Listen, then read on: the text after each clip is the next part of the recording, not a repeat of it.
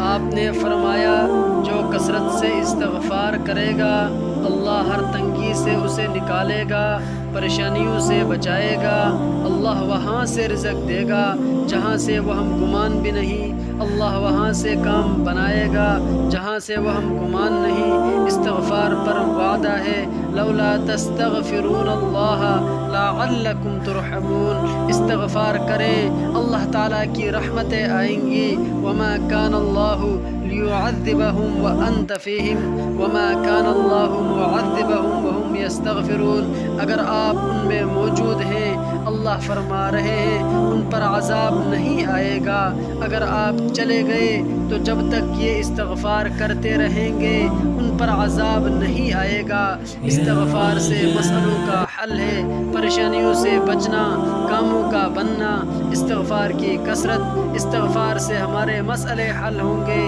ہمارے کام بنیں گے۔